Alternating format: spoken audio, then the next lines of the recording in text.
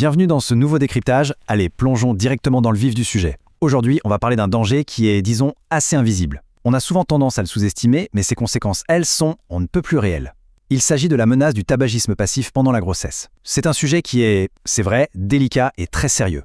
Il faut absolument l'aborder avec beaucoup d'empathie, mais en s'appuyant toujours bien sûr sur les faits médicaux purs et durs. La santé maternelle, c'est la priorité absolue. Et comprendre ces risques environnementaux, ces éléments qui s'immiscent sans même qu'on s'en rende compte dans le quotidien, eh bien c'est une étape juste cruciale pour mieux la protéger.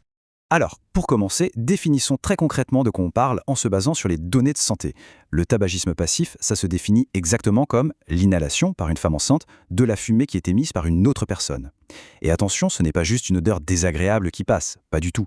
Les données médicales sont formelles et le soulignent très clairement, c'est un, je cite, risque majeur pour la santé du fœtus. Ces mots exacts posent vraiment d'emblée la gravité extrême de ce déclencheur environnemental.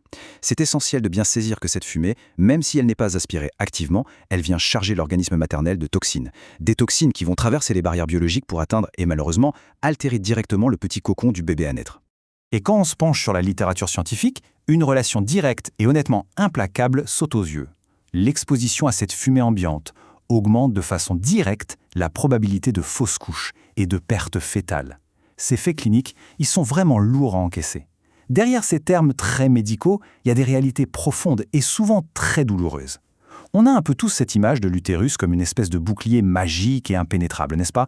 Mais l'introduction de ces toxines, simplement par le biais du tabagisme passif, vient complètement briser cette protection. Ça vient compromettre la viabilité même de la grossesse, et ce, à des stades de développement qui sont particulièrement vulnérables. Et cela illustre brillamment comment, au-delà du risque de perte fétale, la physiologie réagit à cet environnement toxique avec d'autres complications qui sont sévères et qui vont frapper à différents niveaux. D'un côté, on a un impact très clair sur le fœtus en lui-même, sa croissance est freinée, ce qui donne concrètement à la naissance un bébé avec un poids vraiment inférieur à la normale. Mais de l'autre côté, et c'est là que ça devient une double menace redoutable, on observe une augmentation des taux de grossesse extra-utérine. Ça, c'est une complication majeure où le fœtus va s'implanter en dehors de l'utérus. Non seulement c'est impossible pour lui de se développer, mais ça devient immédiatement une urgence médicale absolue qui met carrément en danger la santé et même la vie de la mère. C'est tout le système qui est menacé. Face à ce tableau clinique incontestable, on ne peut pas s'empêcher de se poser une question fondamentale. Puisque les conséquences de cette fumée passive sont littéralement dévastatrices, on parle quand même de croissance freinée, d'urgences vitales comme les grossesses extra-utérines et même de fausses couches.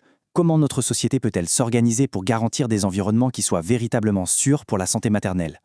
C'est une vraie question de santé publique et elle exige une prise de conscience collective. Parce qu'au bout du compte, protéger les vies de demain, ça commencera toujours par une compréhension très claire et honnête des faits d'aujourd'hui.